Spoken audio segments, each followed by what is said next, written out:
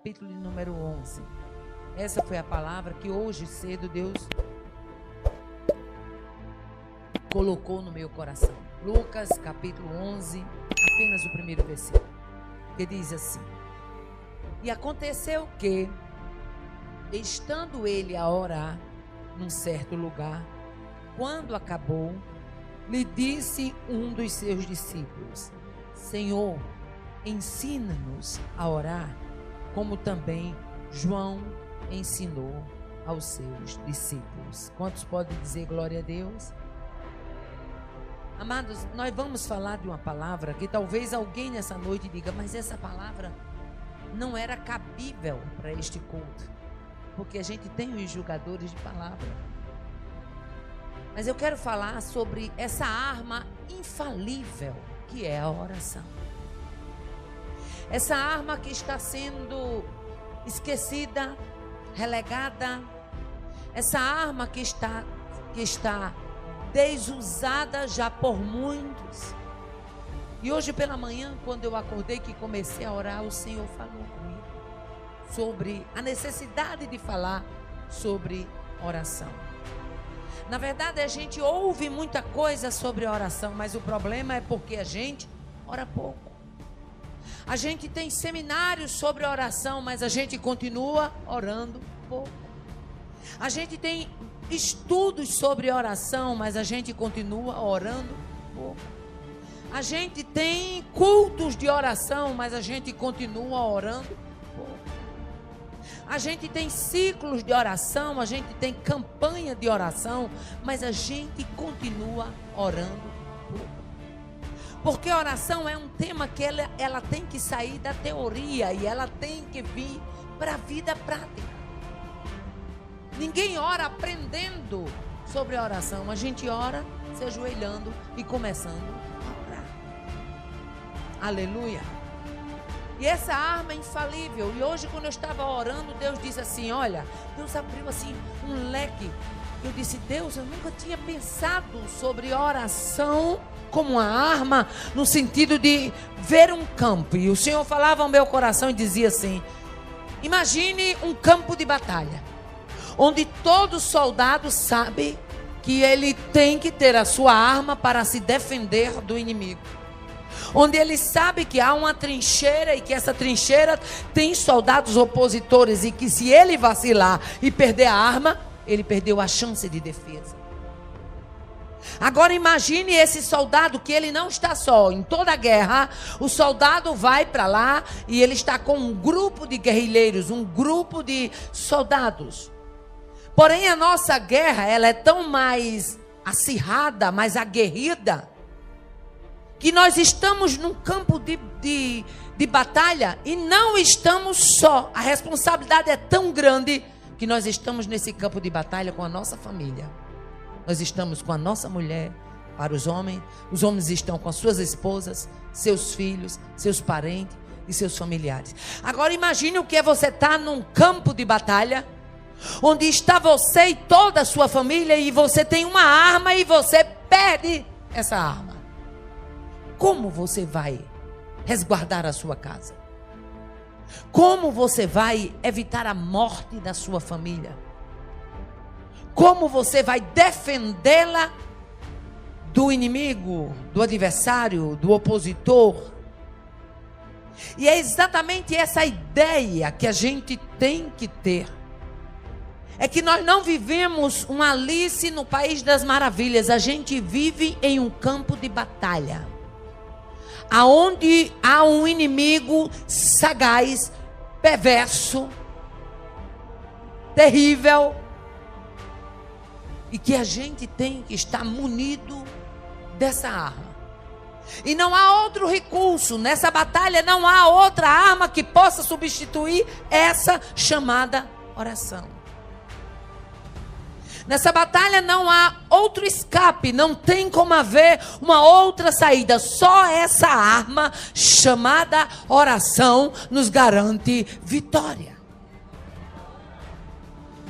O que é que estamos fazendo dos nossos cultos de oração? O que é que estamos fazendo das nossas vigílias? E deixa eu abrir aqui um parêntese.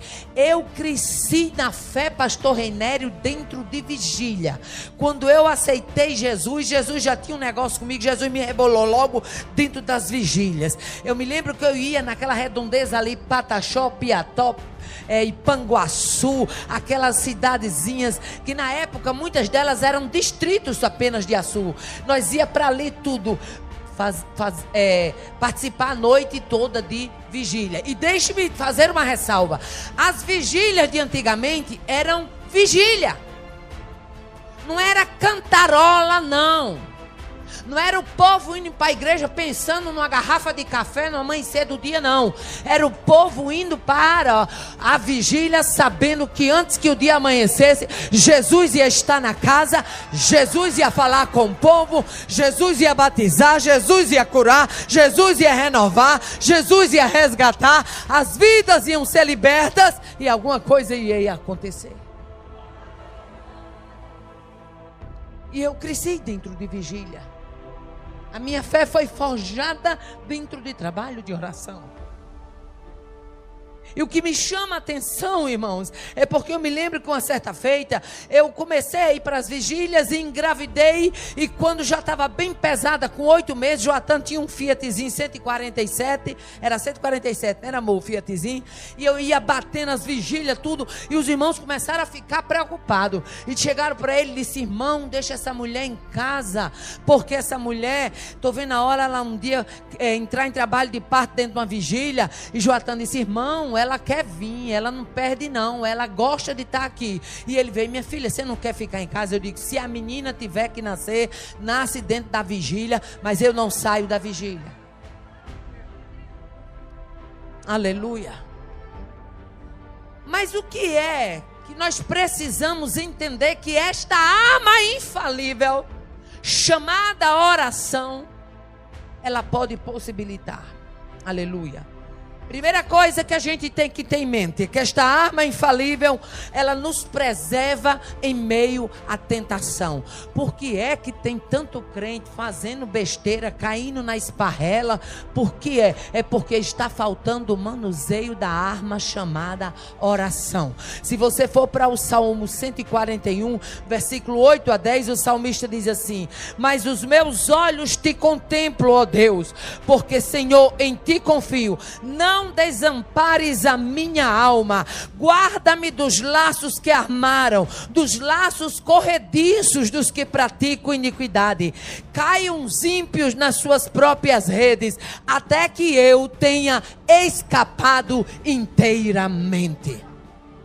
A oração, ela é uma arma infalível, porque em primeira mão ela nos preserva, ela nos livra em meio à tentação. Não é porque eu oro que eu vou deixar de ser tentado. Eu sou humano, sou carnal, sou pecador, e Satanás nunca vai deixar de ser Satanás. Ele continua tentando, tentou até Jesus, o Filho de Deus, quanto mais eu e você.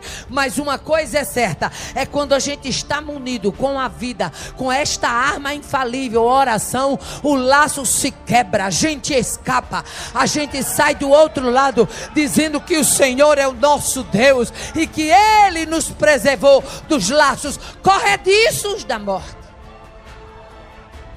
O salmista, ele tinha tanta certeza disso que no Salmo 147 ele diz: o laço quebrou-se e nós escapamos.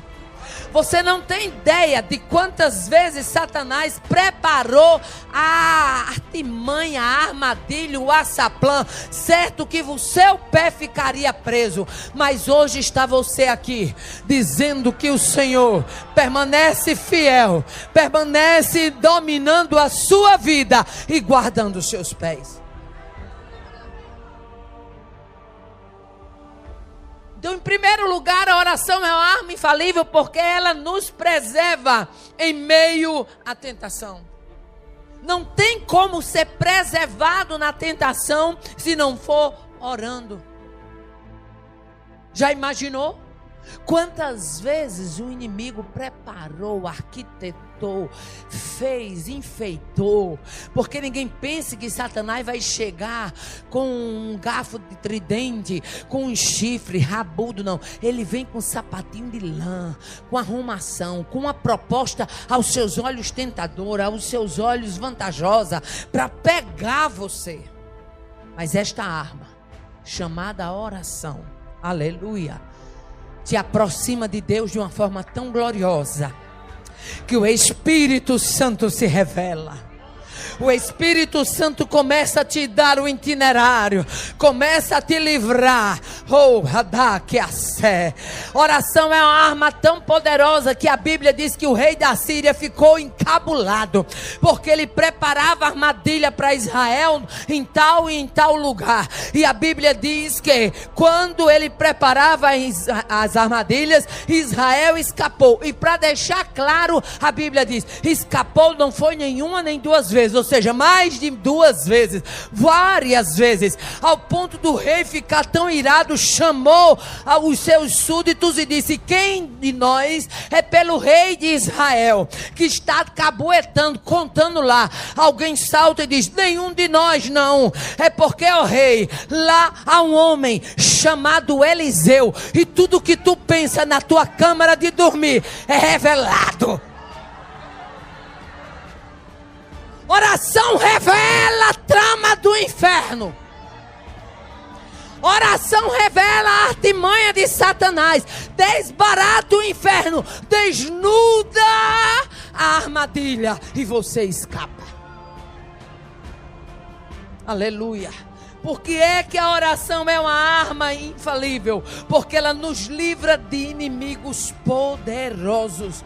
O salmista no Salmo 140, versículo 1, ele diz: livra-me, ó Senhor, do homem mau, guarda-me do homem violento. Quando chega no Salmo 143, versículo 9 e 12, ele diz: livra-me, ó Senhor, dos meus inimigos, porque em ti me refugio. E por sua misericórdia desarraiga os meus inimigos e destrói todos os que angustiam a minha alma, pois sou teu servo. Ele sabia que para combater o nosso inimigo só tinha uma arma: livra-me, Senhor, guarda-me, Senhor, sustenta-me, Senhor, me acode, meu Senhor, me dá escape, meu Senhor. Oh, aleluia.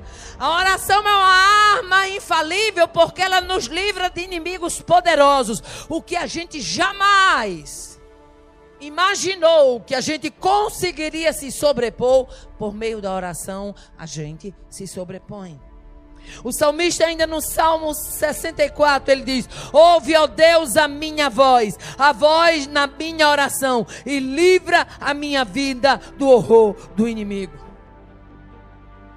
A oração nos livra de inimigos poderosos, ao ponto de Senaqueribe achar que Ezequias era qualquer um, e mandar dizer: onde é que estava?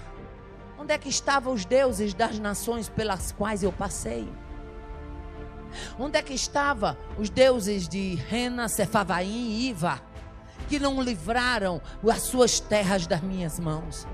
Mas ele não sabia que, apesar de estar debilitado, aleluia, em poder bélico, em exército, mas havia lá dentro de Israel um homem chamado Ezequias. Ele poderia estar desarmado, aleluia, no sentido físico. O exército poderia estar em desvantagem no sentido físico, porém havia um homem que tinha uma arma secreta que Senaqueribe desconhecia, uma arma infalível chamada oração. Senaqueribe pega a carta de afronta, aliás, Ezequias pega a carta de afronta, comparece diante de Deus, apresenta a carta. Deus levanta a voz profética e diz: nessa cidade ele não entra, pelo caminho que veio ele volta, nela não atira flecha nenhuma.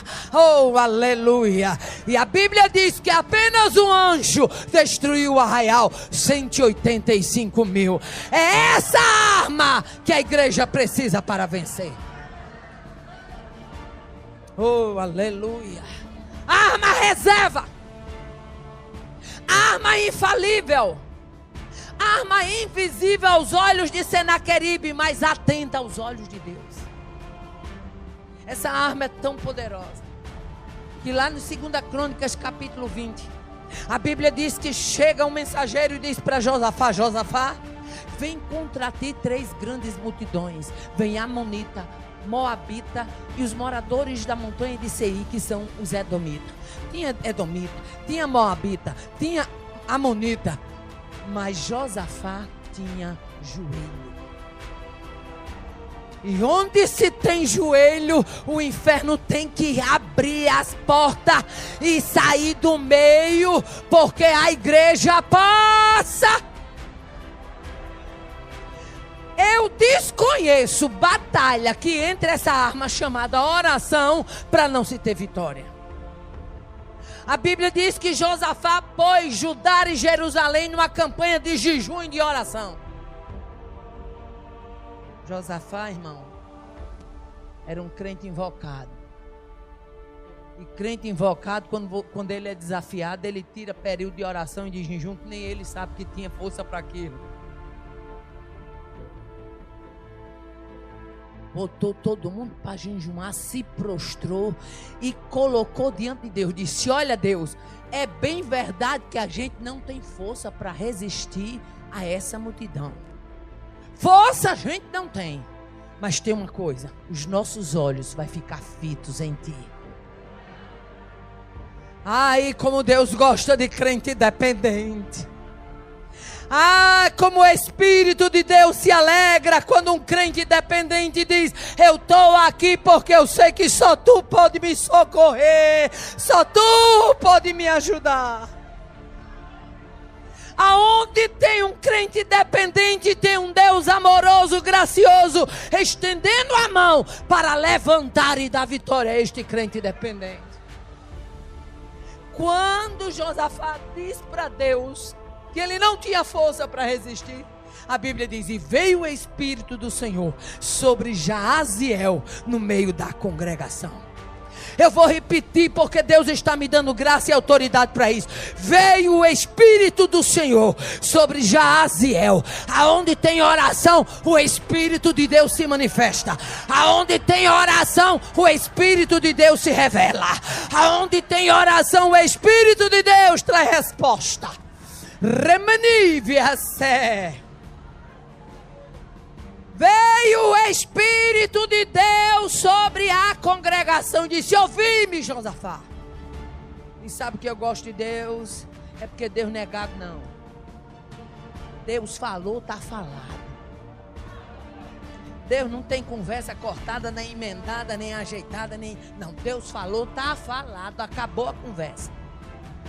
Eu só fico aperreada quando eu estou numa batalha, enquanto Deus não fala comigo. Depois que Ele fala, eu boto o dedo nos ouvidos de chinelo, porque eu sei que Ele vai trabalhar e que a vitória vai ser dada. O Espírito de Deus fala por meio de Jaaziel e diz: ouvi-me, Josafá, e vós, moradores de Judá e Jerusalém. Assim diz o Senhor: nessa peleja não tereis que pelejar. Tomai posição, ficai quieto e vede o livramento que o Senhor vos fará. Oh, aleluia. Você não vai ter nem que melar a espada, meu filho. Oh, aleluia. Meu irmão, uma batalha que Josafá ganhou, ele não teve nem que botar a espada para trabalhar. A Amonita. Ai, quando eu paro nisso, eu penso, sabe o que é? Aquele povo se juntou, era uma coalizão. Eram forças reunidas para atacar Josafá. Era o grupo, uma patota do inferno, que se juntou para atacar um servo de Deus. Entendeu? Era isso, uma patota do inferno, para atacar o servo de Deus. Aí o que eu acho interessante, que a Bíblia não diz, mas quando eu leio a Bíblia assim, eu viajo na graça. Aquilo eles saíram, já estava tudo combinado, saíram das suas terras cada um. E quando eles chegaram lá, aleluia, no vale, no arraial onde ia se dar a peleja, devem ter feito uma fanfarra muito grande. Rapaz, nós somos muito, né? Rapaz, nós vamos pegar Josafá com força. Rapaz isso, rapaz aquilo. Já estavam tudo pensando em ver Josafá envergonhado, encabulado. Ah, tá brincando. Com um crente fiel, Deus entra em cena. aquele povo se conhecia, aquele povo era amigo, aquele povo era a patota do inferno, aquele povo era a turminha do capeta. Mas quando a palavra veio revelada por Jaziel, nessa peleja não tereis que pelejar, sabe o que foi que aconteceu? A Amonita olhou para Edomita, para o amigo que era amigo de batalha, e estranhou, pegou a espada, mata a Edomita. Edomita estranha a Moabita, pega a espada e mata. E a Bíblia diz que eles mesmos se mataram. Oh, aleluia. Tem peleja que Deus não deixa você pelejar, é só na oração. A resposta é só na oração. A guerra ganha na oração. O poder vem por meio da oração. Ore. Por que a oração é uma arma infalível? Porque ela nos preserva, nos livra de grandes perigos. Aleluia. Salmista no Salmo 142, versículo 3, 5, ele diz assim: quando o meu espírito estava angustiado em mim, então conhecestes a minha vereda. No caminho em que eu andava, ocultaram-me um laço. A ti, Senhor, clamei. Eu disse: tu és o meu refúgio e a minha porção na terra dos viventes. Atende o meu clamor, porque estou abatido, e livra-me dos meus perseguidores, porque são mais fortes do que eu. A oração nos livra de perigos tão grandes que a Bíblia nos diz no livro de 2 Reis, aleluia, que estava Eliseu, aleluia, e o seu moço, quando de repente o moço entra de casa dentro, ai meu Senhor, que nós estamos cercados. Era um exército cercando para pegar o homem de Deus. A Bíblia diz assim: então Eliseu orou ao Senhor e disse: Senhor, peço-te, fere-os de cegueira. E diz o texto: e eles foram feridos de cegueira conforme a palavra de Eliseu. Meu amigo, Deus ferir de cegueira uma pessoa para dar vitória a você já é uma coisa muito grande, sim ou não? Mas ferir de cegueira uma tropa todinha, a tropa toda ficou cega.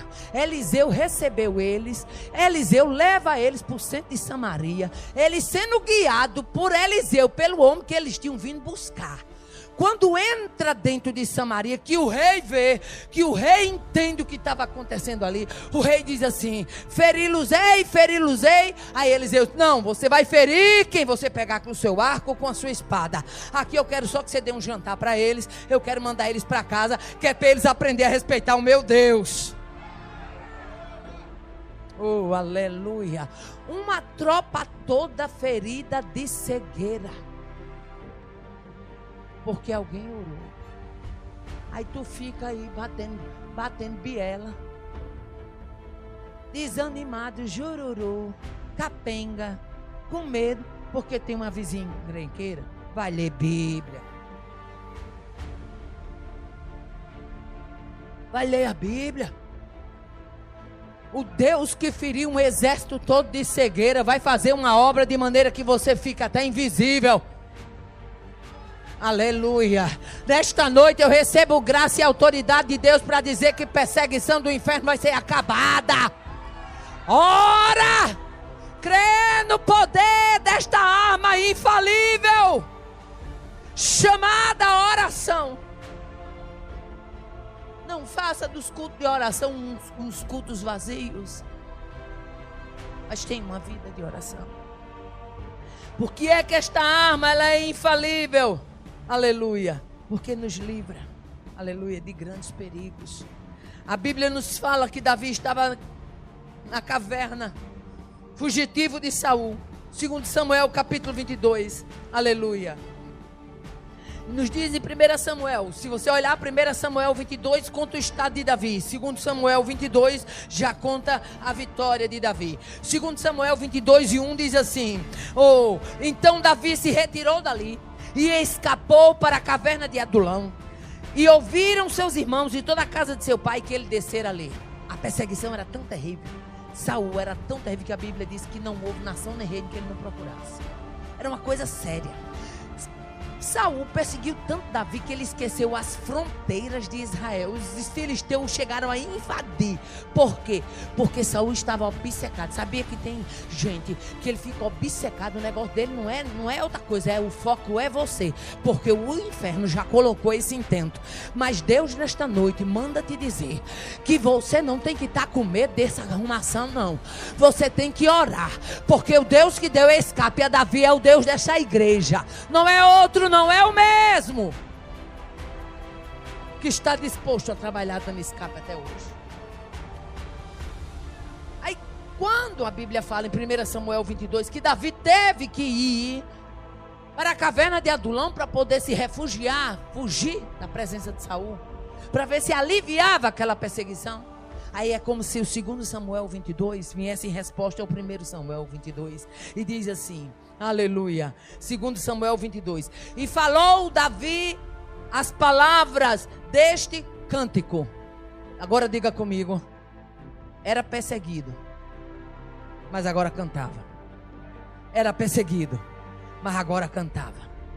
2 Samuel 22 diz, e falou Davi ao Senhor as palavras deste cântico. Aí eu gosto dessa expressão. No dia em que o Senhor o livrou da mão de todos os seus inimigos e das mãos de Saul. Quando a Bíblia diz, e das mãos dele, sabe o que é que a Bíblia está dizendo? Livrou ele da tropa que perseguia e livrou ele do pior perseguidor. Livrou ele da tropa do capeta e livrou ele do próprio capeta. Entendeu? Livrou do perseguidor e de Saul. Aí diz mais, olha o que foi que Davi cantou. O Senhor é o meu rochedo e o meu lugar forte, o meu libertador. Deus é o meu rochedo e nele confiarei. Isso aqui é cântico de quem orava e agora estava de posse de vitória. Aleluia. Ele é o meu escudo. Que é escudo? É aquele que segura a pancada. Aleluia. Ele é a força da minha salvação. Ele é o meu alto refúgio. Ele é o meu retiro. É o meu salvador que da violência me salva. Oh, aleluia. Deus é rochedo, lugar forte, libertador, escudo, força, alto retiro e refúgio. Meu filho, não tem ninguém que Deus esconda para Satanás achar. Não existe. Deus deu uma driblada federal em Acabe. E se Acabe fosse vivo, até hoje ele estava procurando Elias. A Bíblia diz que não houve nação nem rei. Deus escondeu de tal forma que quando Elias encontrou Obadia, disse, vai dizer pro teu patrão que eu estou na terra. Obadia disse, Deus me guarde. Se eu for, Obadia sabia tanto que Elias era um homem de Deus. Se eu for e tu sumir, e ele vir, tu não tiver, a minha vida está complicada. Aleluia. Deus escondeu Elias dentro do domínio, aleluia, dentro do domínio de Acabe. Você não tem que estar com medo, não. Põe a vida em oração e escapa. Põe a vida em oração e triunfa. Agora deixa eu abrir aqui um parênteses. Sabe por que a igreja está orando pouco? Porque a liderança está orando pouco. Hoje, enquanto eu estava orando, o Espírito de Deus me fez lembrar de homens de oração que fizeram parte da minha vida. Eu me lembrei do pastor João Gomes da Silva, que era o nosso pastor em Mossoró. Um homem simples, um homem sem besteira. Era um pastor que quando chegava na casa do povo, ele amava comer melancia, se sentava no chão da sala. Um homem formado, mas muito simples. Mas ele tinha uma vida de oração e ele tinha uma graça. Você não via o cabelo de pastor João Gomes arrumado. Era todo tempo assanhadinho.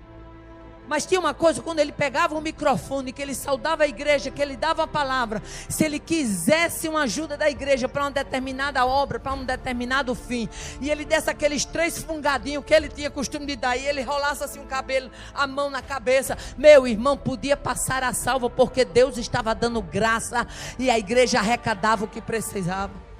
Homem de oração, homem de simplicidade. Deus me fez lembrar de pastor Raimundo João de Santana, Quando ele assume a presidência de Natal, a presidência do estado, e com o passar dos anos se levanta, uma certa pessoa que era lá de dentro me contou, se levantou um montinho.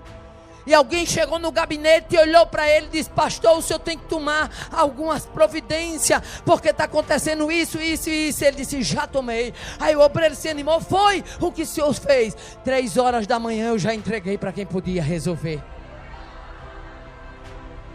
Homens de oração, mulheres de oração, essa turma está passando. E eu pergunto a você, que é a nova geração que está chegando, você não pode desprezar esta arma infalível. Obreiros da casa do Senhor, mulheres mais idôneas, ensine aos mais novos, estimule os mais novos, que ninguém consegue sobreviver neste campo de batalha se não tiver esta arma chamada oração. Pode botar o outdoor, pode botar o megafone, pode botar a arrumação que você quiser, jogo de luz, pode fazer o que você quiser, arrume e deixe tudo bonito, mas poder de Deus só por meio da oração, salvação de alma só por meio da oração, batismo com o Espírito Santo só por meio da oração. Vocês não fazem ideia, nesse Brasilzão que eu ando por aí afora, quantas mulheres chegam para mim, mulheres que têm vida no altar, chegam para mim e dizem: minha irmã, tem dia que só sou eu e minha companheira aqui, os cultos de oração, os ciclos de oração abandonados. Obreiros que passam de anos sem pisar num trabalho de oração. Para mim, uma pessoa dessa não tem gabarito para falar de oração coisa nenhuma. Ele pode falar de muita coisa, mas de oração não. De oração não. Oração, quem tem autoridade para falar é quem ora. A oração é uma arma infalível. Por quê, irmã Aparecida? Porque ela nos faz sentir prezados, amados de Deus. Não tem nada que leve você mais ao sentimento de ser amado do que quando você está em oração. Quando você chega na presença de Deus, você diz: Deus, eu sou falho, eu sou fraco, eu sou pequeno, eu não consigo fazer dessa forma. E você ouve a voz do doce amigo Espírito Santo dizendo: eu te ajudo, eu te fortaleço, eu te sustento com a destra da minha justiça. Nada. Mas o crente, por que tem tanto crente, pastor, sofrendo de doenças psicossomáticas? Porque eles ficam ancorados muitas vezes no amor do marido, quando são as esposas. O marido fica ancorado no amor da mulher. A moça fica ancorada no amor do namorado. A outra fica ancorada no namorado que não veio, que ela está pedindo a Deus. A outra fica ancorada querendo ser amada e querendo casar. As pessoas estão se ancorando em se sentirem amadas umas nas outras, quando a Bíblia nos mostra que quando Ele ama, os espaços são preenchidos. A oração nos faz sentir amados de Deus. O salmista, certa vez, lá no Salmo 123, versículo 2, ele orando ao Senhor, ele diz: eis que como os olhos dos servos atentam para as mãos dos seus senhores, e os olhos das servas atentam para as mãos de suas senhoras, assim os nossos olhos atentam para o Senhor nosso Deus, até que Ele tenha piedade de nós. Josafá disse: os nossos olhos estão postos em ti. E o salmista diz: os meus olhos vai ficar olhando para ti, assim como os olhos dos servos atentam para as mãos dos seus senhores.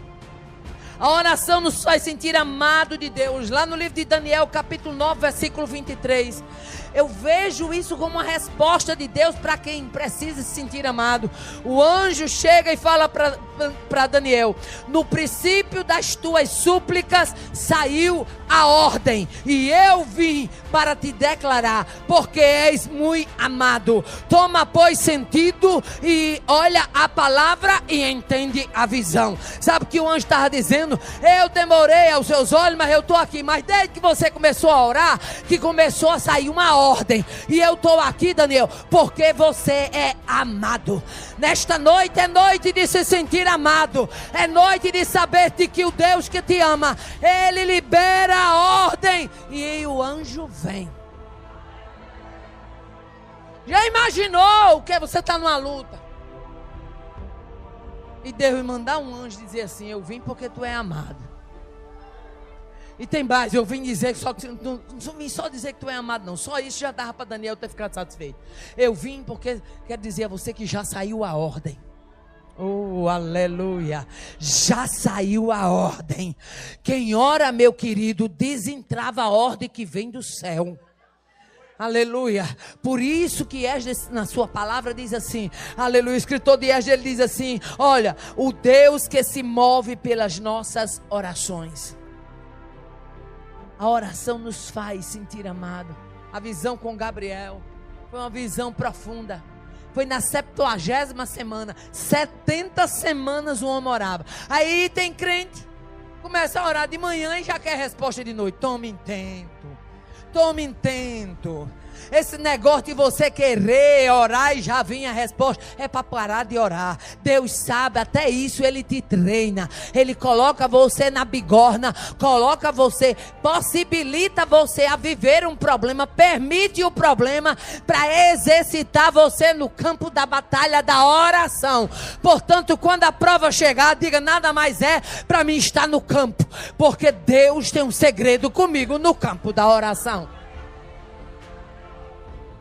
Ora, Deus apertando, o cabo só falta não orar. Imagine se não apertasse.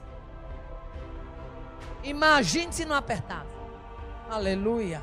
Por que é que a oração é uma arma infalível? Porque ela nos livra de mentiras e de calúnia. Gente do céu, não tem quem responda melhor do que Deus, não. Eu me lembro de uma certa feita. Gente, quando eu me boto no testemunho, não é porque eu sou santa mais do que vocês, nem sou melhor do que vocês. É porque os meus testemunhos eu sei que eu vivi. Eu não conto testemunho do outro, eu conto aquilo que eu vivi. E eu me lembro que tinha uma irmã lá na minha cidade, coordenadora de setor, que eu notava que aquela mulher não gostava de mim. Gratuitamente ela não gostava. Tudo que partia da congregação que eu trabalhava, que precisava do aval dela, da ajuda dela, era um impedimento. E aí eu comecei a orar. Aí teve um dia que a carne é carne. Um dia eu disse: rapaz, eu vou pegar aquela irmã, vou chamar ela bem aqui. E vou dizer assim: irmã, que marmota é essa? E tudo que eu vou fazer, a senhora vem de irmãs. A senhora apoia os projetos de todo mundo. Quando chega na nossa congregação, toda vida a senhora é uma entrada. Aí fui para o ciclo de oração. E crente que ora, irmão, nem para tomar posição de fazer errado não pode. Estou lá no ciclo de oração, quando de repente Deus usa o irmãozinho na banquinha do ciclo de oração. Nesse tempo eu não dirigia ciclo de oração, não. Faz muito tempo isso. Aí Deus usa aquele servo de Deus e diz: você que estava pensando em enfrentar com as suas palavras, Deus te diz: te cala, porque no teu silêncio eu trabalho e dou resposta. Eu disse: mas Jesus, eu não presto nem para ser atrevida. Oh, meu Pai. Fiquei calado e aguentando. E aquela arrumação, e eu aguentando. E eu orando: Jesus, eu estou calada. Tu sabe que eu sou sanguínea. Coragem de falar eu tenho. Mas me segura, não deixe eu me atrapalhar as coisas, não. Tenha misericórdia de mim, Jesus. E quando foi um dia, eu orando. Quando foi um dia, eu fui assistir um culto na igreja sede. Era a igreja da irmã. Eu me congregava numa congregação. E de repente aquela irmã fez sinal para mim e me chamou para a lateral da igreja. Quando me chamou para a lateral da igreja, disse: irmã Aparecida, Pai do Senhor. Eu sou a Pai do Senhor. Ela disse: eu chamei você aqui porque eu tenho algo para tratar. Eu digo: pois não, minha irmã. Ela caiu logo no choro. Disse: eu quero dizer para a senhora que tudo que eu pude fazer para atrapalhar a senhora, eu fiz. Porque me contaram isso, mas eu estou aqui. Olha, irmão, ninguém te defende melhor do que Deus. Não vá gastar munição com o inferno, não. Deixe que o Senhor te livra. Ele trabalha. Ele vai responder essa causa bem aí, como vocês dizem aqui no Piauí. Vai responder. Aleluia. E eu ouvi aquilo, a minha alma se alegrou. E ela disse: eu quero dizer para a irmã que a irmã, a partir de hoje, veja em mim uma amiga. E eu estou disposta a ajudar a irmã. Porque eu disse: irmã, eu vinha percebendo isso. Ela disse: a irmã percebia e nunca pensou em falar comigo. Eu digo: irmã, eu pensei, não foi só em falar, não. Mas eu sou bem sincera, eu não vim porque Jesus não deixou. Jesus me prometeu isso que está acontecendo aqui. Ele disse que eu ficasse quieto, que Ele ia trazer a resposta. Ei, nesta noite Deus me dá força e autoridade e graça revelada para dizer que Ele vai desbaratar a mentira e vai te dar vitória. Aguarde, se cale e ore. Ramani Bianavese Debaixo. Irmã Aparecida, mas estão falando isso. Está escrito Salmo 101, verso 5. Aquele que difama o seu próximo às escondidas, eu destruirei. Deixa Deus trabalhar, minha filha. Está difamando você. A palavra diz que tem uma destruição para ele. Acabou. Morreu a história. Aleluia. Por que a oração é uma arma infalível? Porque ela nos proporciona contínua paz. O salmista no Salmo 4, verso 8, ele disse: em paz também me deitarei e dormirei, porque só tu, Senhor, me fazes habitar em segurança. Aleluia. Isaías no capítulo 26, verso 2, ele diz: Senhor, tu nos darás a paz, porque tu és o que fizeste em nós todas essas obras. Aleluia. Nada traz mais paz ao coração do crente do que a oração. Você pode estar com angústia tamanho de um trem, mas quando você dobra o joelho e se rende, tem hora que a gente está tão angustiado que não tem nem palavra, né? E a gente não sabe nem como orar. Se não souber, fica ali, chora e gema, mas o Espírito vai se encarregar de traduzir. Mas não arrede o pé, fique lá nos pés de Jesus, e o Espírito que traduz com gemidos inexprimíveis, Ele vai revelar o segredo. Aleluia. Por que a oração é uma arma infalível? Porque ela nos estimula a fidelidade e a verdade. Quando você vê um crente cheio de mentira, de tramóia, de coisa, pode ter certeza que não é uma vida de oração. Aleluia. Salmista no Salmo 101, versículos 6 e 7, o Senhor diz assim: os meus olhos procurarão os fiéis da terra, para que estejam comigo. O que anda num caminho reto, esse me servirá. E o que usa de engano, não ficará dentro da minha casa. O que profere mentira, não estará firme perante os meus olhos. Porque está escrito, irmão, que passa de sim, sim, não, não, é de procedência maligna. Aleluia. A oração nos estimula a fidelidade e a verdade. Quantas vezes a gente está querendo até contar uma historinha assim, o Espírito de Deus, não é para você. Escute a voz de Deus. Escute a voz de Deus. Por que a oração é uma arma infalível? Porque ela nos ajuda na hora da angústia. Não tem divã melhor, não tem psicólogo melhor. Isso não é em detrimento dos profissionais da área, não. Se você está fazendo um tratamento, continue fazendo. Mas quando você derrama a sua alma perante o Senhor, o salmista no Salmo 4, verso 1, ele diz: ouve-me quando eu clamo, ó Deus da minha justiça. Na minha angústia me deste largueza. Tem misericórdia de mim e ouve a minha oração. Lembra de Josafá? Ele disse lá no verso 9 de 2 Crônicas 20: clamaremos a ti na nossa angústia, e tu nos ouvirás e livrarás. Ouviu ou não ouviu? Livrou ou não livrou? Está escrito. Aleluia. O salmista ainda no Salmo 120, verso 1, ele diz assim: na minha angústia clamei ao Senhor, e Ele me ouviu. E o próprio Deus no Salmo 50, ele diz: invoca-me no dia da angústia. Eu te livrarei e tu me glorificarás. Está angustiado, invoque. Está triste, clame. Aleluia. Está cabisbaixo, continue orando, porque o Deus do livramento vai entrar em cena e vai tirar você desse cenário. Oh, aleluia. Por que que a oração é uma arma infalível? Porque ela nos conforta em extrema tristeza. Você pode estar triste como for. Às vezes você fala com uma pessoa de sua confiança que ele não alivia. Às vezes você fala com um parente e não alivia. Às vezes você fala com um pastor, mas não alivia. O coração continua revolto, inquieto. Mas quando você fala com Jesus,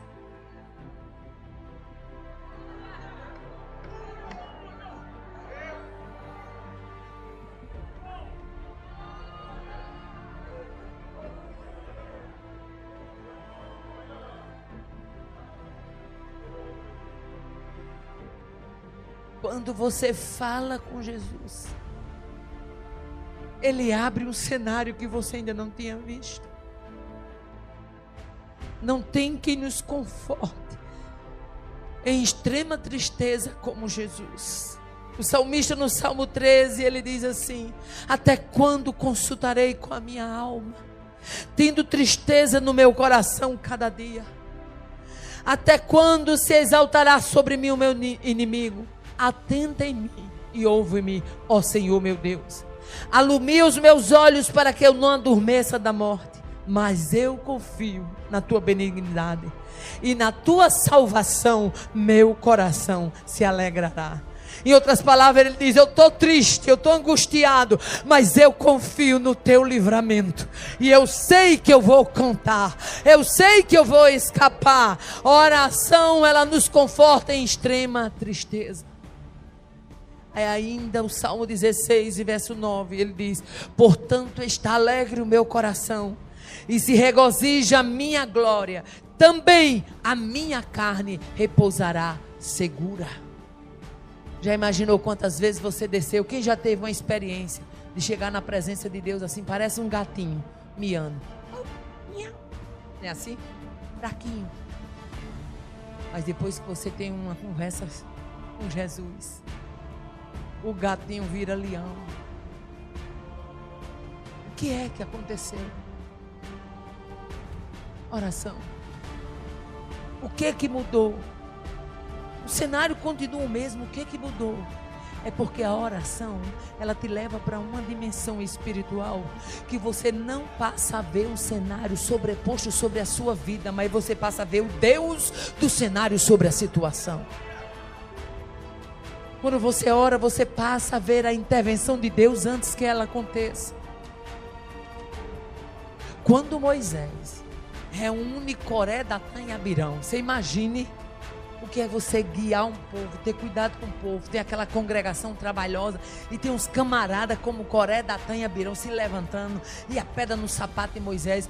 Quando Moisés se levanta e diz: Deus vai, antes de acontecer, Moisés diz: se Deus fizer alguma coisa, em algumas versões diz inaudita, em outra diz assim, alguma coisa que nunca se viu, e a terra abrir a sua boca. Moisés foi quem já estava sabendo o que Deus ia fazer. Por que é que Moisés já estava sabendo? Porque quem ora já tem antecipadamente a revelação dos fatos. Oh, aleluia. Oh, aleluia. Lembra da mulher de Jeroboão, que foi ao profeta Aías, disfarçada? Na hora que botou o pé no batente, o profeta cego diz: entra, mulher de Jeroboão, por que tu te disfarçaste? Mas o profeta era cego dos olhos, mas ele tinha visão espiritual. É isso que eu quero que você entenda. Quem ora passa a ter visão espiritual. Ninguém anda tapeando crente que ora não, irmão. Ninguém tapeia crente que ora não. Aleluia. Porque Deus revela.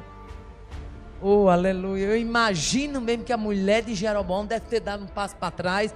E o profeta Aías foi logo claro: quando você chegar na cidade, aos teus pés tocar na porta da cidade, a criança morrerá. Pronto. Já saiu dali com uma sentença.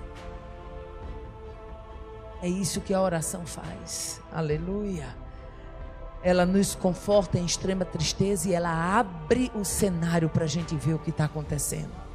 O que mais a oração faz, essa arma infalível, ela nos dá a convicção de vida eterna. O salmista no Salmo 16, verso 8 e 10, ele diz: tenho posto o Senhor continuamente diante de mim, por isso que Ele está à minha mão direita, nunca vacilarei. Pois não deixarás a minha alma no inferno, e nem permitirás que o teu santo veja corrupção. A Bíblia diz que o Espírito de Deus, Ele testifica com o nosso Espírito, de que somos filhos de Deus. A oração nos dá confiança, convicção, certeza. Aleluia. Deus não chamou a gente para andar assim, feito as pessoas que não sabem para onde vai, nem de onde vem. Não. Deus chamou você para saber quem você é em Deus. Deus chamou você para saber quem é o seu Deus em você. Aleluia. Essa arma infalível, aleluia, ela nos dá o que mais, irmã Aparecida? Ela nos dá confiança na justiça divina. Nós servimos a um Deus que a sua justiça é reta. O que isso quer dizer? É que quando Deus resolve aplicar justiça, pode ser pastor, pode ser porteiro, é a mesma medida para todos dois. Quando Deus resolve aplicar a justiça, pode ser o pobre, pode ser o rico, pode ser o letrado, pode ser o analfabeto. A justiça de Deus, ela é reta. Aí o salmista no Salmos 27, aleluia, versículo 3, ele diz: ainda que o exército me cercasse, o meu coração não temeria. Ainda que a guerra se levantasse contra mim, nele confiaria. Ele sabia que tinha um Deus que ele poderia confiar, mesmo a guerra estando levantada. Eu me lembro de uma certa vez, eu vou abrir aqui esse parênteses, que quando eu abro esse parênteses, eu falo com alguém específico. Eu comecei a sofrer uma perseguição muito grande no trabalho. Por quê? Simplesmente porque eu era professora e eu tinha dado entrada num processo de readaptação. E muita gente dizia assim: não, você não vai conseguir, porque você livrou apenas o período probatório, você ainda é muito nova no quadro do Estado. Mas eu orando, porque a médica tinha dito: você não pode passar a semana dando aula e o fim de semana pregando por causa da voz. Ou você passa a semana dando aula e o fim de semana sem pregar, para repousar a voz, ou você passa a semana sem dar aula para poder pregar no final de semana. Então eu entendi e dei entrada no processo de readaptação. E foi o suficiente para se levantar. Naquela época eu trabalhava numa escola que até extinta já foi. Se levantou aquele movimento, aquela coisa, aquela perseguição. Começaram a abrir até o meu contra-cheque para saber se eu ainda estava recebendo dinheiro normal. O meu diretor uma vez me chamou e disse: eu tenho vergonha de entregar o seu contra-cheque, porque ele chega aqui lacrado igual o contra-cheque de todo mundo. Todo mundo recebe o contra-cheque lacrado, mas estão te perseguindo de uma forma tão terrível que abrem o seu contra-cheque. E pela conversa na sala dos professores, eu vi aquele movimento, aquela mal vontade. Teve um dia que um olhou para mim e disse: você acha que você vai conseguir se readaptar com pouco ano que você tem de sala de aula? Eu disse: eu acho não. Eu acho é para quem não tem fé. Eu tenho certeza. Eu tenho certeza que eu vou ser readaptado. Eu não acho não. Eu tenho certeza. E ela deu uma risada. E quando ela deu aquela risada me fez um mal. Eu voltei para o birô da secretaria, porque o diretor provisoriamente já tinha me colocado na secretaria. E quando eu abri a Bíblia, bota aí no telão, foi esse versículo. O Espírito de Deus disse a mim, Jó 16:19. O Espírito de Deus disse a mim: eu vou te dar vitória. E no dia que eu te der vitória, manda fazer um quadro e coloca aqui atrás do teu birô, porque esse birô vai ser teu birô e esse quadro vai estar atrás de tu. Jó 16:19, se puder botar aí no telão. Aleluia. Vamos lá? Eis que também agora está a minha testemunha no céu, e nas alturas quem advoga a minha causa. Essa era a minha versão. Já agora sabei, a minha testemunha está nos céus, e nas alturas quem advoga a minha causa. Eu já sabia que tinha um advogado na minha causa. Oh, aleluia. E era gente passando pela junta e sendo cortada e não dava à frente. E era aquela dificuldade. No dia da junta, um mês mais ou menos antes, eu fui pregar numa igreja da Madureira, lá na nossa cidade. E estou eu pregando e eu disse: irmãos, eu peço as orações no final da pregação, porque eu vou passar pela junta médica. Daqui a mais uns dias, não sei quando é que vai ser o agendamento. E eu peço as orações. E tinha um irmão lá, me chamou no canto e disse assim: a senhora tem a data de quando a senhora vai passar na junta? Eu disse: tenho não, senhor. Ele disse: não, eu estou perguntando porque eu trabalho na junta. Não sou médico não, mas trabalho lá. Tem muitos médicos amigos meus. Mas me deu o nome da senhora completo. Eu dei. Passou-se. Bem 2 meses depois foi que eu consegui chegar na junta. Quando cheguei na junta, entrei, só vi a gente saindo lá de dentro com os papéis tremendo. Essa médica é muito ruim, essa mulher é dura, essa mulher é isso, essa mulher é aquilo outro. Você está com medo? Eu digo: não, Deus falou comigo que estava mandando o meu advogado. Crente chique no último, não é não? Oh, glória a Jesus. Mas a humana entrou na sala com medo. E quando eu entrei na sala, aquela médica mandou me sentar, olhou para mim, olhou para os meus papéis e disse: a senhora tem uma readaptação por causa de um problema na corda vocal, não é? Eu disse: é. Mas o seu problema é muito pequeno ainda para a senhora se readaptar, não é? Eu disse: é. A senhora sente isso? Sinto não, senhora. A senhora sente isso assim, assim? Sinto não, senhora. A senhora tem isso e isso? Tenho não, senhora. A senhora tem isso e isso? Eu disse: não, senhora. Ela olhou para mim como que dizia: por que você está aqui? Eu disse: meu problema é o seguinte, eu não posso continuar em sala de aula, porque eu preciso usar minha voz no final de semana. Aí ela olhou para mim, aí disse: como é o nome da senhora? Eu disse: Maria Aparecida da Silva Bosta, aí nos papéis. Ela disse: mesmo, estou vendo. Olhou para mim e disse: é o seguinte, essas readaptações, elas são dadas por período de 3 meses, 2 meses, 4 meses. Quando vai muito é 6 meses. E o quadro da senhora, eu confesso a senhora, não era nem para mim da readaptação da senhora. Mas para a senhora eu vou fazer assim. Escreveu a palavra bem grande no papel: definitivamente. Oh, aleluia! Quando Deus faz, está feito. Quando eu olhei para aquele papel, ela disse: pode ir, a senhora está readaptada. Eu saí com o papel, até hoje eu guardo esse papel. Os anos se passaram. Qual foi o ano que Rosalba entrou, amor, no governo, que eu nem lembro mais? Lá veio uma governadora para o nosso estado. Essa mulher começou a caçar o povo. Quem estava, os professores que estavam readaptados. E um dia eu cheguei na escola, quando eu fui entrando, eu trabalhando em secretaria, uma menina olhou para mim, uma funcionária, disse: Aparecida, você é adaptada? Eu disse: sou. Ela só pôs a boca, agora está quente para o nosso lado. E eu disse: o que foi? Ela disse: minha filha, baixou-se uma portaria aí de Rosalba e está vindo carta, fulana já recebeu, fulano recebeu, eu estou com medo de eu receber também, tu com certeza vai receber. E eu disse: que carta é essa? Ela disse: é Rosalba, minha filha, para derrubando as readaptação, tudo, a gente vai voltar tudo para a sala de aula. Eu digo: a gente não, vocês podem voltar, eu não volto não. E ela olhou para mim e disse: mas menino, mas fulano já voltou da escola tal, fulano da escola tal, e fulano da escola tal. É todo mundo, minha filha, é um pente fino, é uma coisa que ela está fazendo aí no meio do estado. Eu digo: volta quem tiver que voltar. Mas Rosalba, nem governo nenhum derruba a minha readaptação. Ela disse: por quê? Eu digo: porque não foi feito por homem não, minha filha.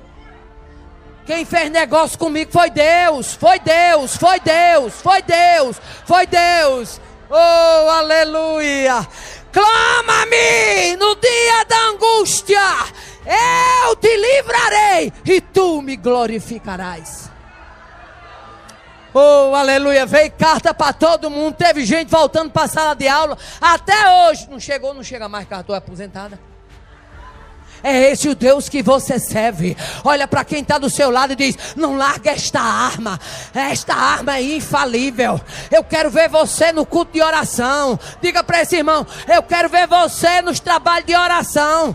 Não perca o trabalho de oração, é uma oportunidade de manusear a arma. Fica de pé que eu quero orar com você agora. Deus quer trazer renovo no campo do Disseu. Mas para que isso aconteça, Deus quer você manuseando a arma da oração. E nós vamos orar agora. E a gente vai dizer para Deus: Deus, eu preciso ter uma vida diferente de oração. E não adianta você cantar de moço, dizer que ora muito não, porque nós não oramos o que precisamos orar. Essa é a verdade. A palavra vai para lá e vem para cá. Aleluia. Mas uma coisa eu sei. E se os nossos cultos de oração começarem a mudar, se nós dermos lugar para que o Espírito Santo acenda a centelha de súplica e de intercessão, nós veremos almas rendidas, voltaremos a ver batismos com o Espírito Santo, veremos coisas que ainda não vimos, porque o Deus desta arma infalível, Ele quer habilitar o seu povo. Maravilhoso Deus, Pai de bondade, nós te louvamos e te agradecemos nesta noite, porque tu és bom e a tua bondade e misericórdia dura para sempre. Te louvamos porque tu és fiel. Te louvamos porque tu és o Senhor da casa. Te louvamos porque tu és o Senhor do campo. Te louvamos porque tu és o Senhor do teu povo. Te louvamos porque tu és aquele que nos acorda do sono da indolência. Te louvamos porque tu és aquele, Senhor amado, que nos dá para entender a dimensão da grandeza do que tu queres conosco. Coloque em nosso coração o desejo de orar mais, o desejo de buscar mais, o desejo de jejuar mais, o desejo de manusear, de usar esta arma infalível chamada oração. Ah, Senhor amado, nós queremos ver vidas resgatadas, nós queremos ver batismos com o Espírito Santo, nós queremos ver súplica, choro e quebrantamento, e para que isso ocorra, nós não podemos perder esta arma infalível.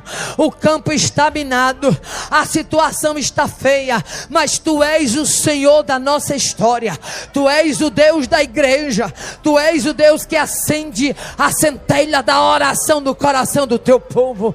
Desperta os que dormem, levanta os caídos, fortalece os fracos, anima os desanimados, tira do impedimento dos que estão enganados, acende a chama do discernimento e da intercessão. Faz o teu povo louvar, faz o teu povo cantar, faz o teu povo testificar, faz o teu povo ter habilidade na oração, que os céus se abrem e a gente possa sentir a tua glória, que a gente possa sentir a grandeza do teu Espírito no meio do teu povo. Levanta, Senhor amado, uma liderança cada vez mais forte em oração, mais compromissada em oração, e que o povo possa ver o manusear desta arma na sua vida diária. Que o teu nome seja glorificado e que a tua igreja marche, Senhor, de posse de vitória, assim como os discípulos pediram a Jesus. Nós te pedimos nesta noite, ensina-nos, Senhor, a orar, ensina-nos, Senhor, a orar, ensina-nos, Senhor, a orar, ensina-nos, Senhor, a despertar uma vida de oração. Em nome de Jesus, nós já te agradecemos. Vire para quem está do seu lado, olhe para ele com esse olho de profeta, diga: você não vai ficar só no aprendizado não, exercite. Não vai ficar só na conversa não, exercite. Não vai ficar só numa noite de estudo não, exercite. Joelhos no chão é certeza de uma igreja de pé. Alguém nesta noite que quer entregar a sua vida para Jesus, vem à frente. A oportunidade está aberta. Um homem, uma mulher, uma moça, venha, minha filha, em nome de Jesus. A primeira vida está vindo para Jesus. Onde é que está a segunda pessoa? Levanta a sua mão, vem à frente. A segunda pessoa que quer entregar a sua vida para Jesus, vem à frente e não perca tempo. Oh, aleluia. É uma oportunidade de ouro. Oh, aleluia. A igreja louva a Deus. É uma vida voltando para Jesus, é isso? É? Aleluia. Há mais alguém aqui que um desviado que queira voltar? Alguém que está distante que queira vir para a casa do Senhor? Alguém que ainda não é crente? Venha, minha filha, à frente em nome de Jesus. Venha. A oportunidade continua aberta. Não é possível que depois de uma palavra sobre oração você não tenha desejo de conhecer este Deus que responde. Eu tinha vontade era de passar uma noite de vigília para a gente falar de oração. Ficou muita coisa sem a gente poder abordar. Uma noite todinha a gente orando e aprendendo sobre a oração. Que Deus em Cristo nos abençoe. Que Deus em Cristo vos faça multiplicar. Pastor Reinério, ontem o senhor não estava aqui. Na hora em que eu levantei as irmãs para fazer um clamor. Bota gasolina no carro. Palmilha a terra. Peça o terreno de uma sede para o Disseu. Peça coisa boa, larga e espaçosa. Com espaço para estacionamento. Não vai pegar rebarba e nem vai pegar coisa pequena. Deus quer quadruplicar o nome de mulheres que participaram desse congresso. Aí talvez no coração surja a pergunta: e as finanças? E já viu quem ora não ter tesouros disponíveis? Que Deus nos abençoe.